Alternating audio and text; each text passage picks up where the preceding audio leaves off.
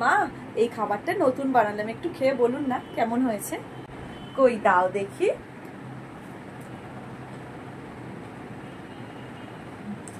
ভালো হয়েছে, কিন্তু করতে করতে আরো ভালো হবে। আচ্ছা ঠিক আছে, এবার একটু আমি টেস্ট করে দেখি তো কেমন হয়েছে। এটা তো একটুও খেতে ভালো হয়নি। তাহলে মা তো আমায় কিছু বললো না, কেন বললো না? মা, বলছি আজকে না আমার একটু ঘুম থেকে উঠতে দেরি হয়ে গেছে। ঠিক আছে ঠিক আছে, এরকম বিয়ের পর পর হয়। তুমি বাকি কাজগুলো সেরে ফেলো, আমি সব বাসি কাজ করে ফেলেছি। ঠিক আছে মা, আমি এক্ষুনি সব করে নিচ্ছি। মা, আসলে রাস্তায় এত জ্যাম হয়েছিল না, ওই জন্য অনেকটাই ফিরতে লেট হয়ে গেল। আমি জানি রাত্রে রুটি করতে হবে, বাবা আপনি সবাই খাবেন, আমি এক্ষুনি করে নিচ্ছি। ঠিক আছে বৌমা, রাস্তায় বেরোলে দেরি তো হবেই, এত গাড়ি এত জ্যাম, দেরি তো হবে, তার জন্য কোনো ব্যাপার নয়। পরের বার থেকে এবার তাড়াতাড়ি বেরোবে, তাহলে দেখবে সব ঠিকঠাক হবে। ঠিক আছে? ঠিক আছে মা। বাবা, অনেকদিন পর বড় বৌদি ফোন করেছি। কি বলে? হ্যাঁ বৌদি বলো। হ্যাঁ হ্যাঁ, ভালো আছি গো।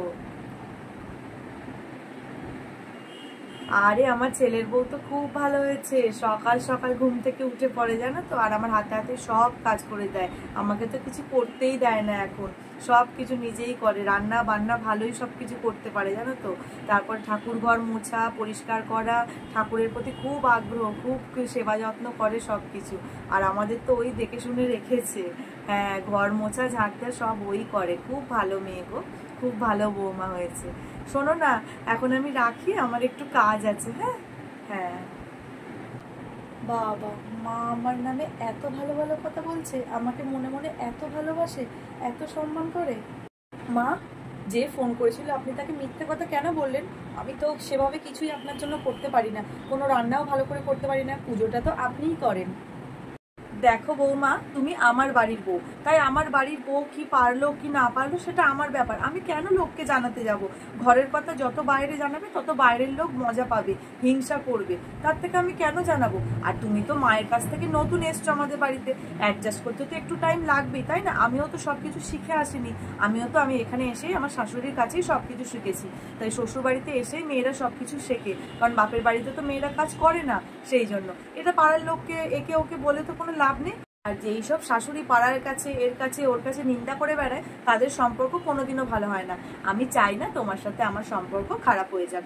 আমি আর তুমি মিলেমিশে একসাথে থাকবো, একসাথে সব জায়গায় যাবো, ঘুরবো, বেড়াবো, এটাই তো আমি চাই। আমার মেয়ের সঙ্গে আমি তোমার কোনো রকমই মানে তুলনা করি না, পার্থক্যও করি না, কারণ আমার মেয়েও কিন্তু পরের বাড়ি গেছে, আর তুমিও আমার বাড়ি এসছো, তাহলে তুমি তো এখানে আমার মেয়ের মতোই থাকবে। আপনাকে যত দেখছি না তত আমি অবাক হয়ে যাচ্ছি, আপনি খুব ভালো। আপনার মতো শাশুড়ি যেন সবার ঘরে ঘরে হয়। আমি অনেক ভাগ্য করে আপনাকে পেয়েছি। সবাই কিন্তু পরের মেয়েকে নিজের মেয়ে বলে মেনে নিতে পারে না, কিন্তু যেটা আপনি পেরেছেন। না না বৌমা, এমন বলো না। তুমি আমায় ভালোবাসবে, আমি তোমায় ভালোবাসবো, এটা করলে তবেই না তুমি আমার বয়সকালে দেখবে বলো তো? তবেই না তোমার মনে হবে যে না, আমার শাশুড়ি এককালে আমাকে অনেক করেছে, এবার আমি আমার শাশুড়িকেও একটু দেখবো, তাই তো?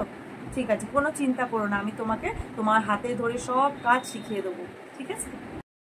ঠিক আছে মা।